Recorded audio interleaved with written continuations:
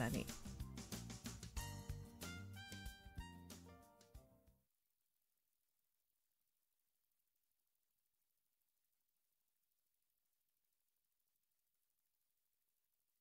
Programme علم کے خزانے میں میں رضا حیدر ڈی ڈی اردو کی طرف سے آپ سبھی کا استقبال کرتا ہوں۔ ناظرین، جیسا کہ آپ سبھی جانتے ہیں کہ کسی بھی زبان کے فروغ میں اداروں کا بڑا اہم کردار ہوا کرتا ہے۔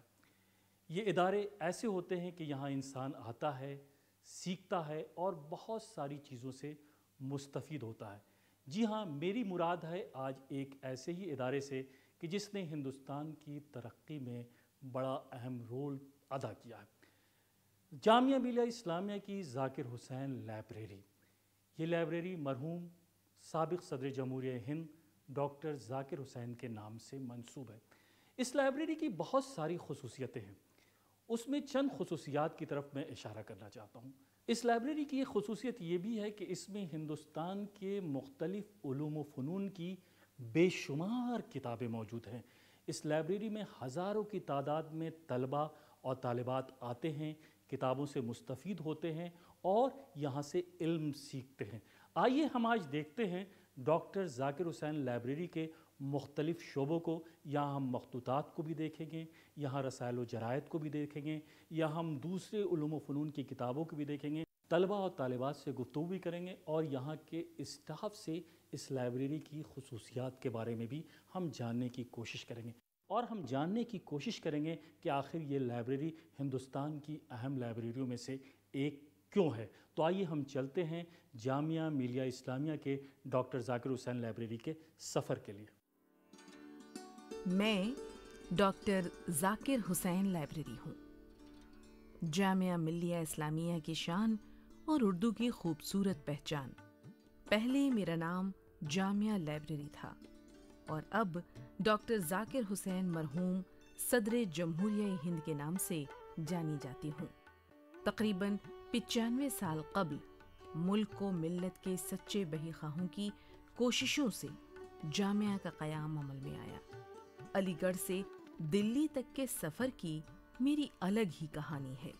مجاہد آزادی مولانا محمود حسن کے دست مبارک سے 29 اکتوبر سن 1920 کو میرا سنگ بنیاد رکھا گیا۔ پہلے چانسلر حکیم اجمل خان اور وائس چانسلر مولانا محمد علی جوہر منتخب ہوئے۔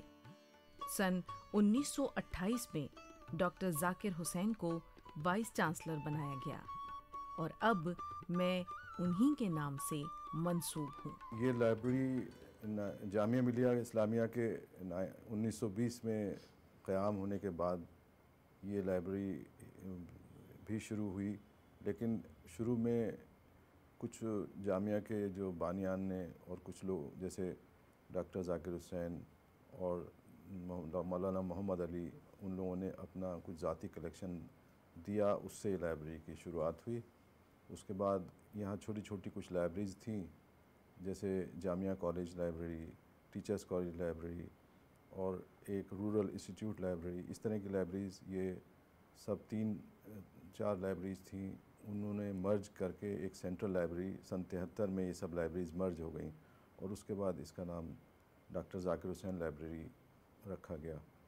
اور ڈاکٹر ذاکر حسین کا جامعہ سے بہت پرانا تعلق رہا، وہ اس کے فاؤنڈرز میں ایک تھے اور دوسرے انہوں نے یہاں 22 سال کے لگ بھگ وائس چانسلر رہے اس یونیورسٹی کے، اور ان کا بہت مشکل جامعہ کا دور تھا اس زمانے میں، تو اس لیے ان کے نام سے اس لائبریری کو ذاکر حسین لائبریری، ڈاکٹر ذاکر حسین لائبریری کے نام سے جانا جاتا ہے۔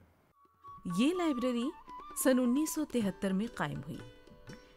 اس لائبریری میں تقریباً 3,28,000 کتابیں مجلد ہیں، 2,500 مسودات اور 200 مائکرو فلمز کے علاوہ 440 اہم رسائل ہیں۔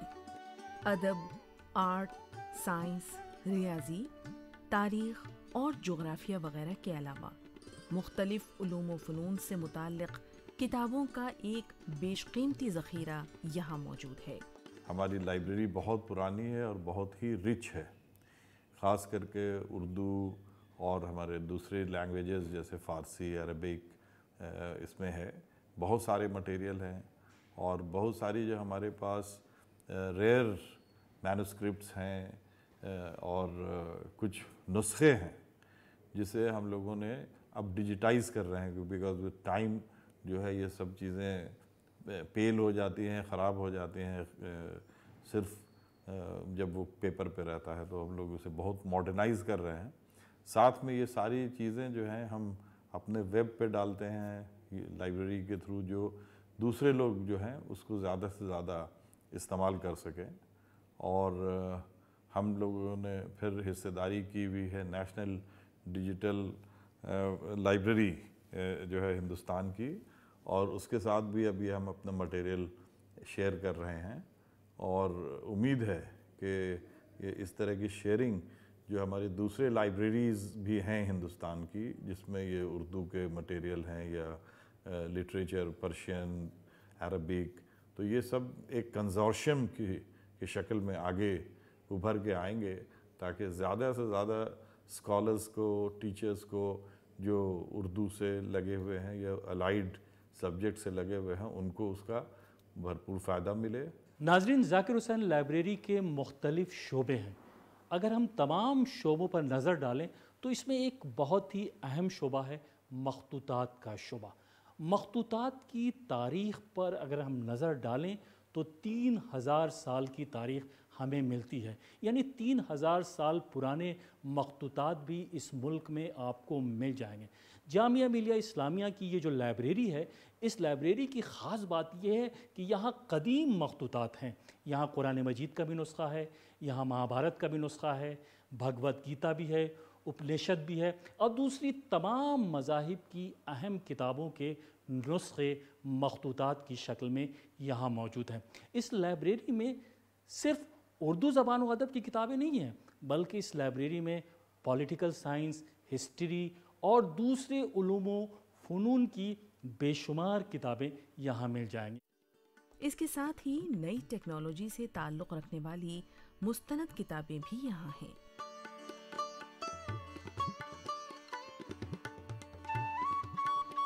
یہ لائبریری پوری طرح کمپیوٹرائزڈ ہے.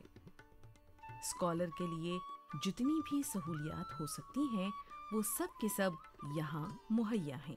دور و قریب سے اگر کوئی تحریر طلب کی جاتی ہے تو لائبریری کے منتظمین ای میل کے ذریعے اسے ارسال کر دیتے ہیں. یہاں زیروکس کا بھی اچھا انتظام موجود ہے. یہاں بیٹھ کر مطالعہ کرنے کا بھی پورا بندوبست ہے اور طلباء کو ہر ممکن مشورہ، سہولت اور رہنمائی فراہم کرائی جاتی ہے. دراصل میری سوچ میں جو سہولیات جامعہ ریسرچ کے طلباء کو فراہم کرا رہا ہے وہ بہترین ہے، اور میں نے جو سہولیات یہاں استعمال کی ہے وہ ہے ڈیل نیٹ.